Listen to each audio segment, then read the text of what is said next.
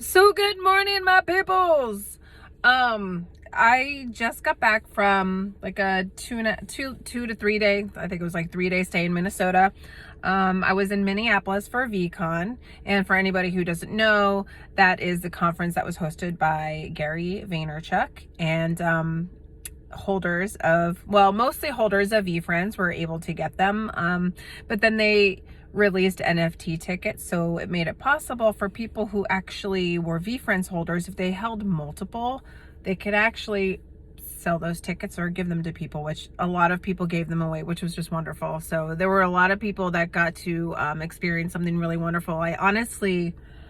I really didn't know what to expect. Like, in my head, I kept thinking, how is it going to look inside the stadium? Am I going to be able to like meet people? Will I have any brushes with celebrity? Like, I had no idea what to expect. But it surprised me in a really good way. The stadium itself, US Bank Stadium, home of the Vikings, was really nice and like really clean. Like, it was just really nice. It was like so not New Jersey.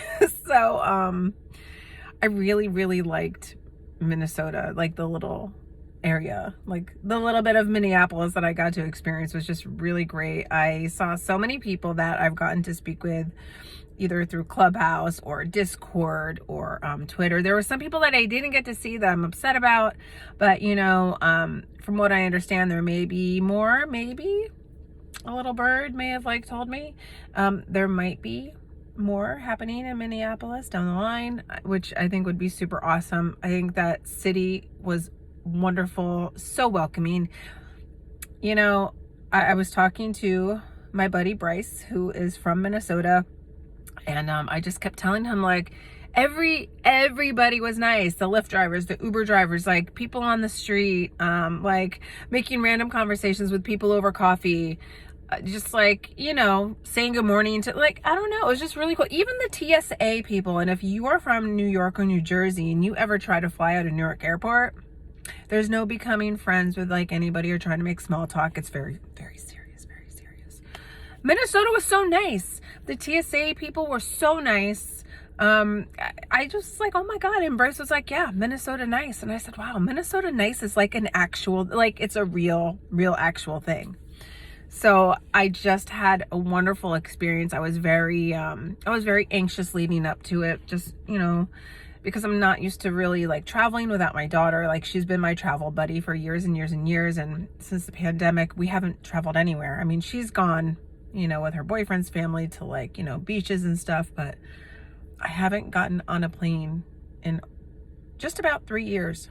So I was a little scared. And, flying in, I actually took an airline that I had never heard of or experienced, Sun Country Airlines. And people were like, oh, it's probably like, a Spirit or Frontier. You get like nickel and dime to where you do have to pay a little bit, more to like for a bag, to bring a bag, check a bag, if you want to upgrade your seat. And I feel like a lot of airlines are doing that now. So it's like no big deal. But I have to tell you, I had the most amazing experience. I was able to, upgrade my seat to where I was in like the exit row. Don't worry, everybody. I was going to save you if we went down. Don't worry. But I got like in the exit row, and there were like 3 seats, and it wasn't overbooked. So it was just me by the window, and then an open seat, and there was a really nice, lovely woman on the other side of me. And because we were in the exit row, we had a lot of leg room. Like, it was really great. Like, the flight there was amazing. And I got to watch Encanto, and then I watched a little bit of Free Guy, and then on the way home I got to watch the rest of Free Guy, which, if you haven't seen Free Guy with Ryan Reynolds, is so good. Very underrated, so good. And there's also a G Fuel drink named after it, which is delicious. But anyway, I had the most amazing experience on Sun Country. They were so nice. Everything was on time. Like, the minute I got off the plane and I headed down to baggage claim in Minneapolis St. Paul Airport, like, it was so easy to find. That airport is so clean. It's so easy to find your way through there, because I was very nervous. I'm a nervous Nelly. I think everybody that knows me kind of already knows that. I'm used to Orlando Airport. Like, I know that airport. Even Newark is a little bit scary. I don't like my own airport in my own area. But like, I know Orlando Airport, but let me tell you, Minneapolis St. Paul Airport was like amazing. It was just clean. Again, everybody friendly. You knew where to go. And then Sun Country was like, yeah, you just need to go here to get your bags. And I'm telling you, I did not wait at all. Like, got off the plane, got down the corridors, went down to baggage claim, and already our luggage was circulating. And the best thing, because I was like, okay, like, how am I going to get to the airport? You know, I could take an Uber, no big deal. I'm literally wheeling out the doors, and my first experience getting into Minneapolis and getting out the doors with somebody yelling, "Hey, Sarah!" And it was my buddy Tim Redondo, one of the very first people that I met with and connected with on Instagram from the VeeFriends community, and it was amazing. So he was there with his friend, or I think it may have been his girlfriend, but you know, she was so nice. And we all Ubered together. He's like, "Hey, I just called an Uber. Do you want to ride?" And I was like, "Sure." So it was so great. You know, I got to see him. That was like my first experience. I literally got dropped off and there was an event right away. So I got in my room, and let me tell you, I stayed at the Hilton Garden Inn, downtown Minneapolis. It was like kind of a little bit away from a lot of like the venues and stuff, but I'll tell you, that place was great. I was able to do a digital check-in. I got a digital key. I didn't even have to go over to the front desk. I literally just arrived, checked in. You know, I actually checked in beforehand, got my digital key. I just wheeled right in, went upstairs, and was able to get right into my room, get dressed, and go out. It was amazing. I was like, this digital world is fucking wild and amazing, and life is just so much easier from that perspective. So I literally just freshened up, and the venue that I had to go to was literally around the corner. And as I was getting in the elevator, I met somebody else, and I said, "Hey, are you here for VeeCon?" And he said, "Yeah, I am. Are you?" And I'm like, "Yeah." And he's like, "Yeah, I'm headed off to, Finnegan's for this event." And I'm like, "Oh my God, that's where I'm going." So I made another friend immediately, and we walked to the event, and it was crazy because it started to rain a little hard, and it was like really hard cold rain, and I was like, oh, like, I'm not ready for this. You know, I did have a poncho though. I had a poncho in my bag, okay? You know, I used to be a Girl Scout, just saying.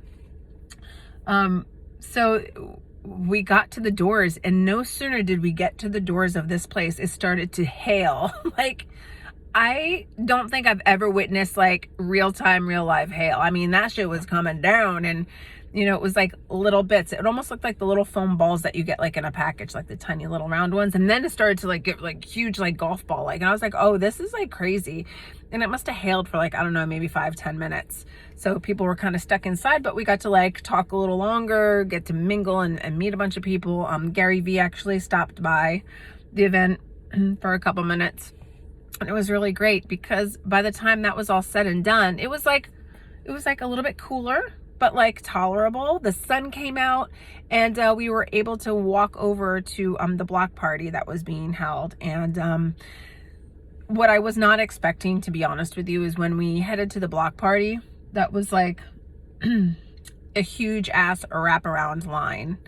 And you know, a lot of people were not happy about it. I mean, lines suck, let's face it. And it's not like you could buy a fucking fast pass and bypass everything, right? But I will tell you, experiences are what you make of them. I mean, if you go in a line and your mentality is automatically, and I think we all kind of are guilty of this, is like, fuck lines. Like, this is miserable. This fucking sucks. I already hate this. You have that moment to just to change your perspective of it.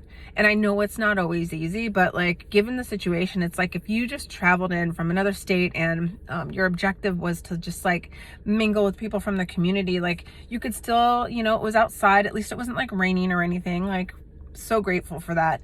But like, you could hear the music, and like you could see people doing their thing, and like you kind of got the experience, even though you weren't necessarily inside. And it sucked to kind of wait in the line, but like, I'll tell you, while I was waiting, there were so many people that were like, "Hey, Sarah, hey, Love Jones." Like, it was so great. I was able to actually meet more people while I was waiting in line. And I was like, well, experience is what you're going to make of it. So, I mean, you know, it was kind of nice. Made the time pass. I got to meet up with the lovely Eva Barbara. And then we met up with Mary Rafter. And then from that point on, like, it was just like a love fest. That sounds really weird. it was like a hug VeeFriend fest. We'll do that. So like you just walked around and you're like, oh, hey, I know this person, that person, this is, but I will tell you what, joining the VeeFriends community, I think a lot of times we forget really how big the community is. I mean, think about it. Gary Vee released 10,000 tokens. That meant the possibility of 10,000 individuals owning tokens. But the way it worked out is, there are people that bought multiples. Either they, wanted to buy them for investment purposes, or to resell them, or they had family members that they wanted to bring with them. So, it wasn't 10,000 people, but there were a few thousand there, and it was just full of the most amazing, individuals. I mean, look, not everybody is super nice and embodies the VeeFriend ideologies. It is what it is. I mean, people are human, and not everybody's a nice person, but the majority of people were nice people, good people, people you could trust your life with, to be honest with you.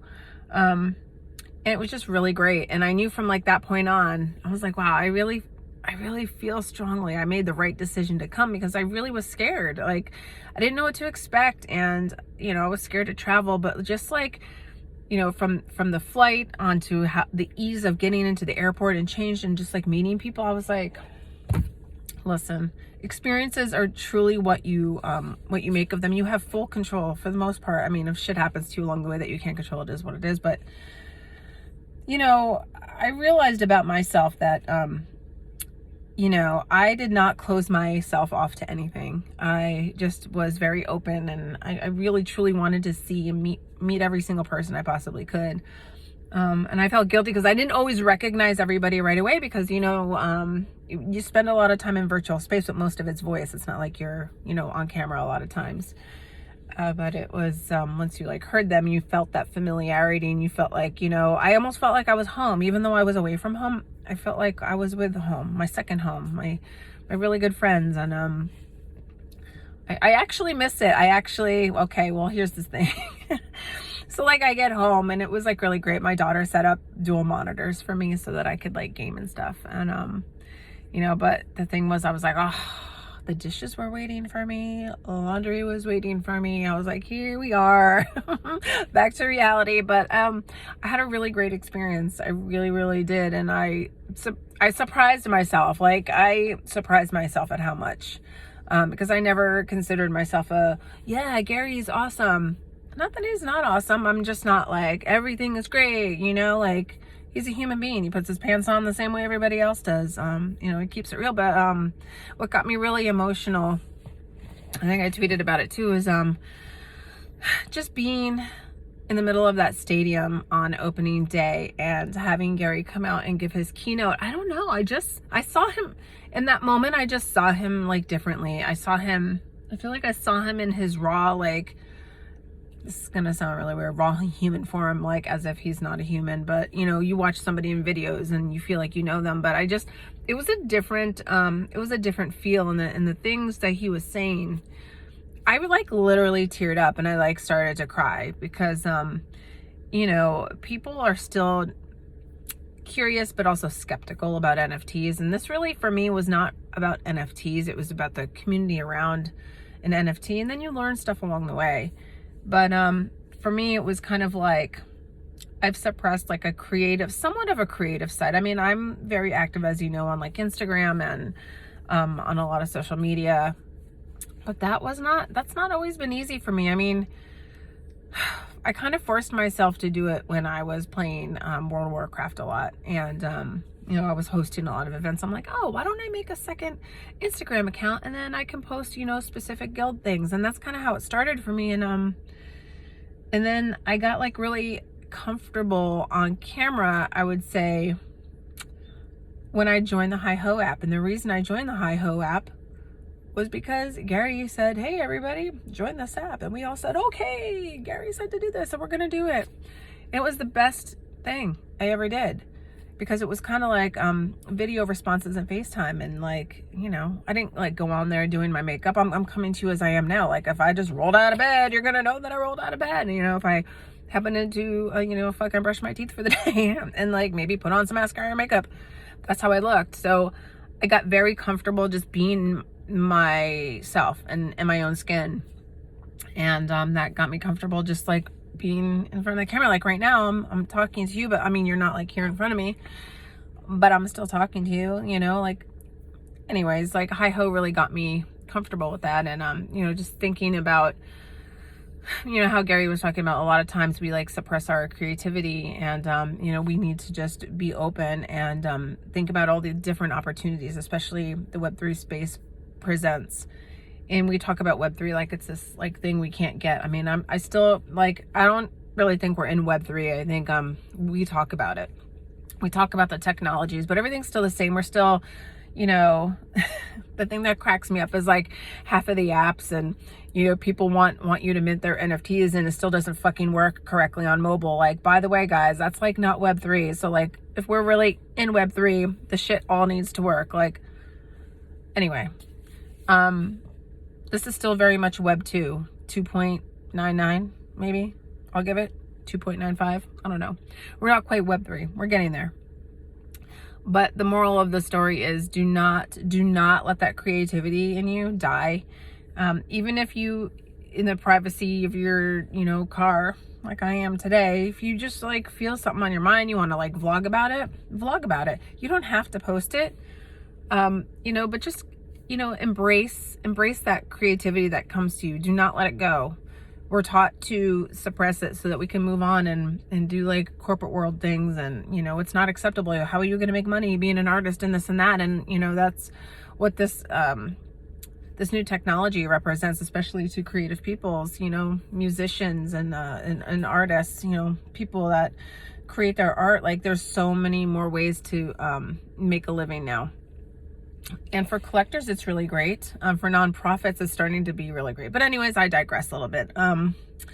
It was just, very impactful what he had said. And I just like, I found myself standing there and I'm looking at Mary and I'm like, why am I crying? Like, this is so emotional. Like, I didn't expect to feel so much. And I'm like, am I like a hypocrite? Because I'm not like rah-rah Gary, but in the moment I was rah-rah Gary. I was rah-rah V-Friends. I was rah-rah community, and which I'm always going to be, but it hit different. It hit different. It was really great. I had my wee dote Pamela on the other side of me, and Erica, the blockchain queen, and Mary, and I'm just looking around and I'm like, we're all here. Like, almost all of us were here. Not everybody got a chance to go this year, which, don't worry guys, we're going to make it happen. But it was just really great. And I found myself in moments where I was just like, I had to stop and I was like in overwhelm, and I just like had to cry for a minute and I let it out and I was good again. So it was just a really great experience, and I'm really happy. I'm really happy to have gone, and I actually missed it, but I'll tell you, I really loved the city of Minneapolis, and I can't wait to bring my daughter back. And also, I did not get to go to Paisley Park, but I would love to. So I'm definitely going to be back. But anyways, oh yeah, can we just talk about like Dunkin' real quick, and the fact that I did not have any Dunkin'. In fact, I was just thinking about it today. I haven't had Dunkin' in like 6 days, you guys. Even this morning, I'm drinking Starbucks. I'm drinking Starbucks. So that's where my daughter wanted to go before school. But I will tell you, Caribou Coffee, yes, Minnesota, coming up clutch. Caribou Coffee is delicious as hell. The day the tremendous tiger took a fall on the scooter, and if you guys want to know more about that, Sal DeGuardia, just follow him on Twitter or Instagram, and you'll see like something happen. Like, by the way, you can rent like scooters and just like scoot around town. It's not made for everybody. I'm just putting it out there. It's not made for everybody. But we went to lunch and there was a Caribou Coffee, and I was like, I'm gonna try this fucking coffee. And I went in there and I ordered a honey almond milk, very much like the Starbucks has, a honey almond milk. I almost said it was cold. I don't think it was a cold press. I think it was actually called something else, but it was so good. Like, I took my first sip and I was like, this tastes like melted ice cream, and it's delicious. And so I was walking, some like woman was like on a staircase, and she's like, hey, that coffee looks good. And I'm like, you know what? It is good. And I told her what it was, and she's like, oh, I'm gonna go get one. So I hope she got one, and I hope she really liked it. But Caribou Coffee was so good. Like yesterday when I got to the airport, I could not wait to get to a Caribou. So I got in line, and I ordered an iced campfire mocha, which was so delicious. It was, again, just like this. I don't actually know like what the campfire part was. I don't know if it was like, I just don't know. I don't know what the flavor was, but it was damn good. It was damn good. And I got like a mini turkey bacon sandwich, which I think that more places need to carry turkey bacon too. But turkey bacon is like delicious. And I was like, I like Caribou's my jam.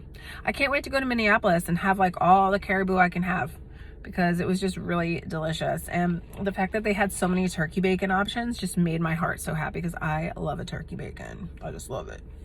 And we don't have enough of that around here in New Jersey. We just don't. Unless, you know, I'm going to the wrong shops, which is fine, but I'm usually like Dunkin' or Starbucks. But anyways, Caribou did not disappoint at all.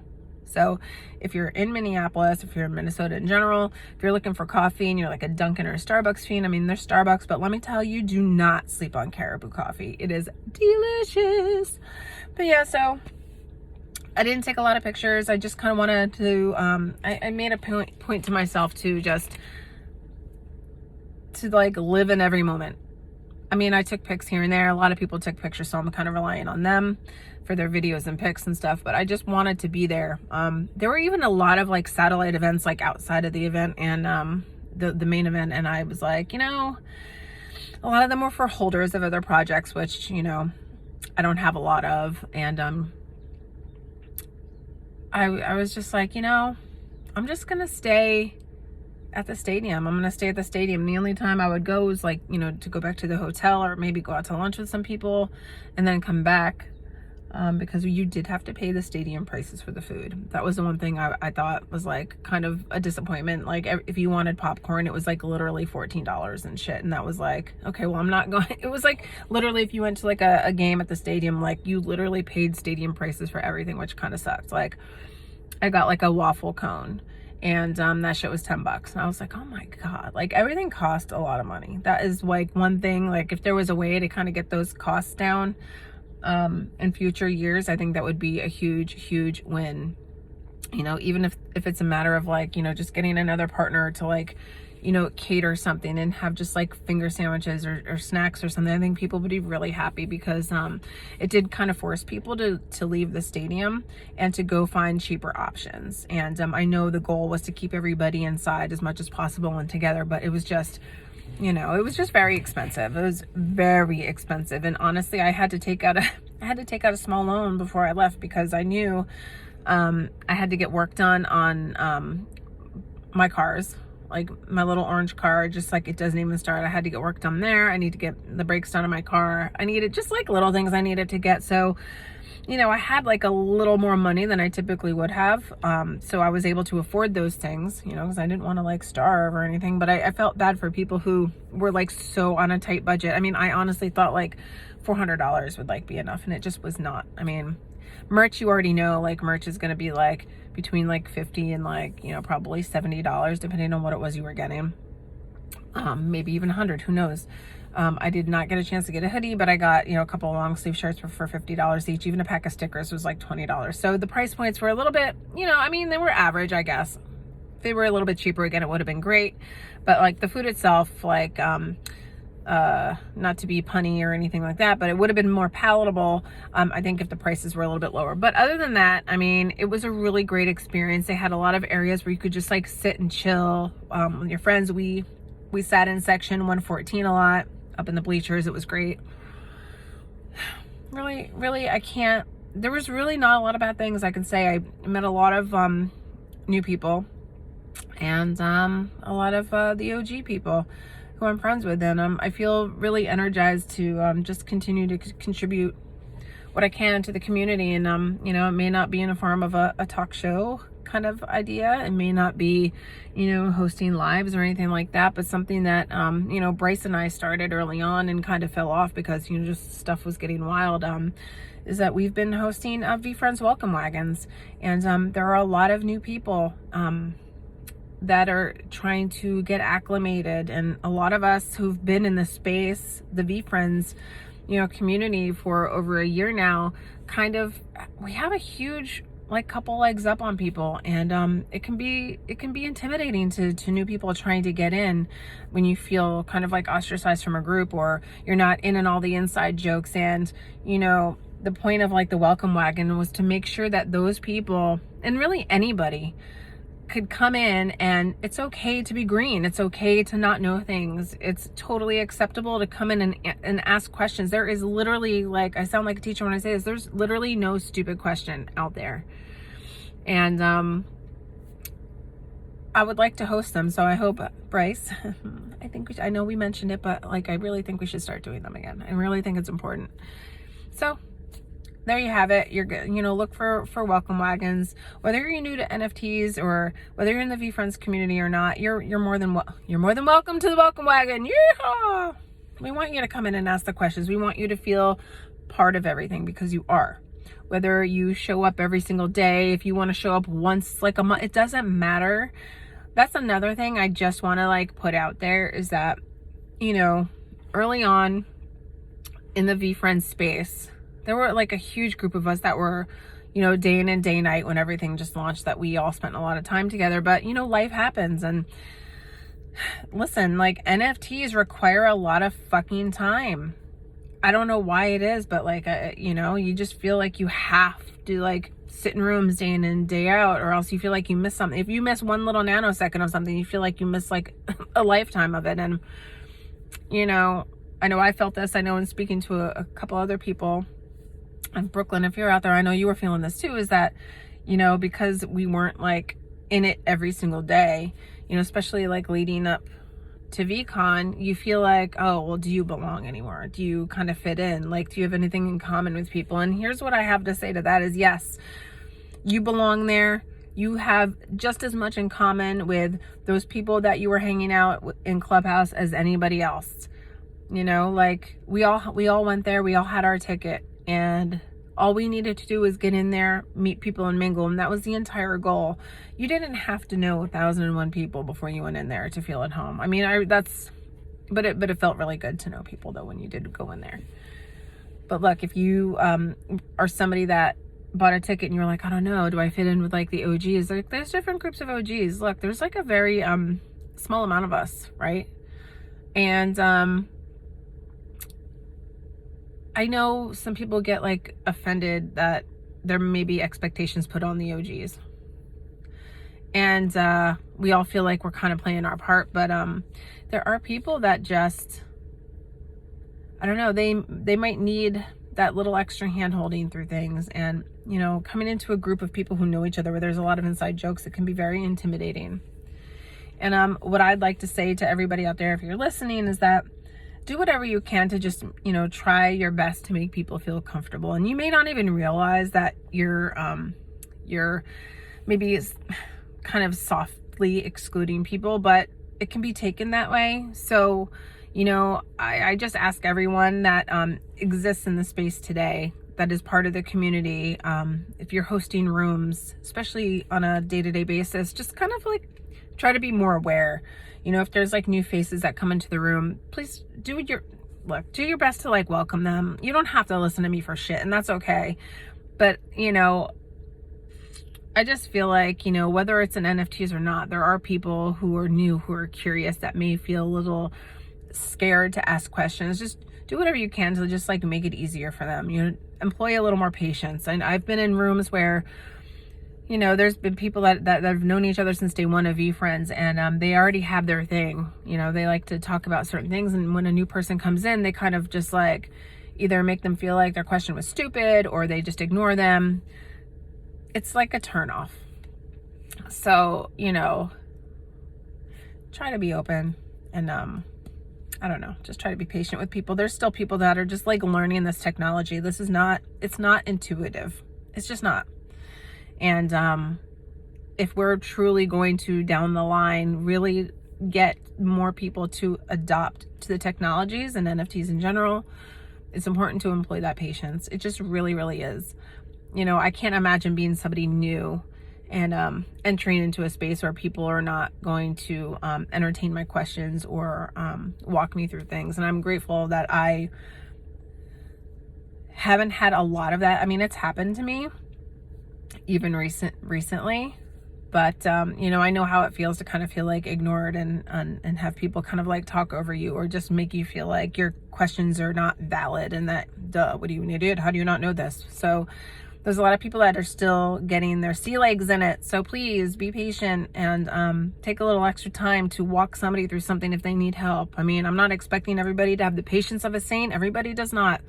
But if you are somebody who is able to do that, it will go a long, long way. You will really, truly change somebody's entire experience. And that's what we need in a positive way. So, all right, that was my kind of like little V cap a little bit.